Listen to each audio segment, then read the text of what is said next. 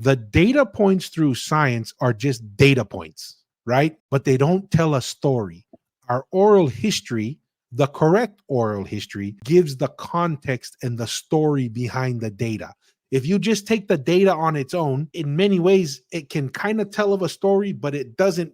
It's like in black and white. But when you combine the data with the correct oral history that matches with the data, then it's like in color, right? Then there's more meaning to the data, but you have to have the proper interpretation of the oral history. Like we mentioned, not all oral history are correct, and you have to kind of filter. It's what you're describing of, where and how you got that interpretation or the source of that oral history is kind of like a peer review of a study, right? A peer review of the study is where your scientific methods independent. Are you just giving that conclusion because this guy who wrote your check to fund your to fund your study, is that the reason why you have the conclusions? It's the same thing with oral history. Anyways, that's my 2 cents. Maybe No, it doesn't add additional no, no, value no. to your position, No, Masi. it makes sense. Makes sense.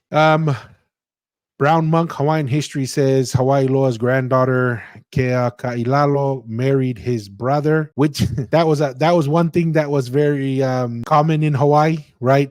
Kind of a sibling marrying situation.